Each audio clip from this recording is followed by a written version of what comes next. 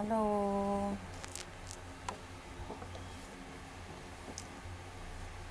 Nandito ako kasi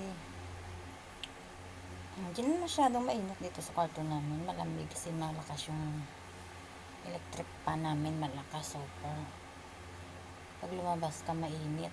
Tapos pag pumasok ka sa loob.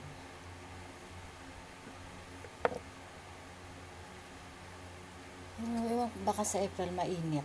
Kasi nakaraan ng sobrang init ng summer eh. Ngayon hindi naman masyadong mainit. Sobrang init nakaraan ng summer, noong 2025. Ayan. Hello. Kakapi ako tapos paligo.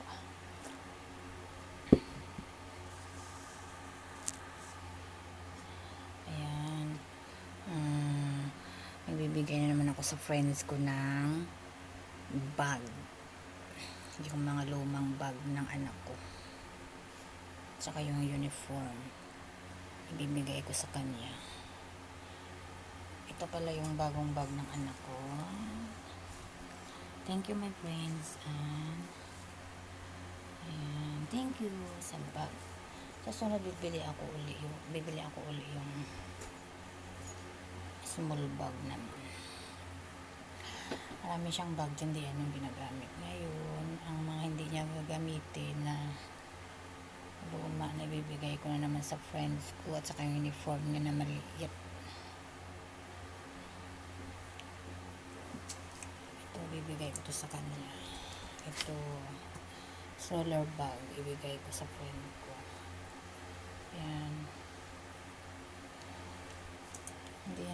Hindi na ng anak ko gamitin kasi sa high school siya, ayaw niya ng mga karakter.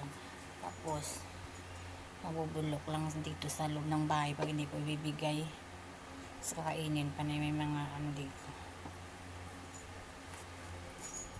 Tapos ito pa yan ibibigay ko kasi sayang din eh, napakinabangan pa ng ibang bata.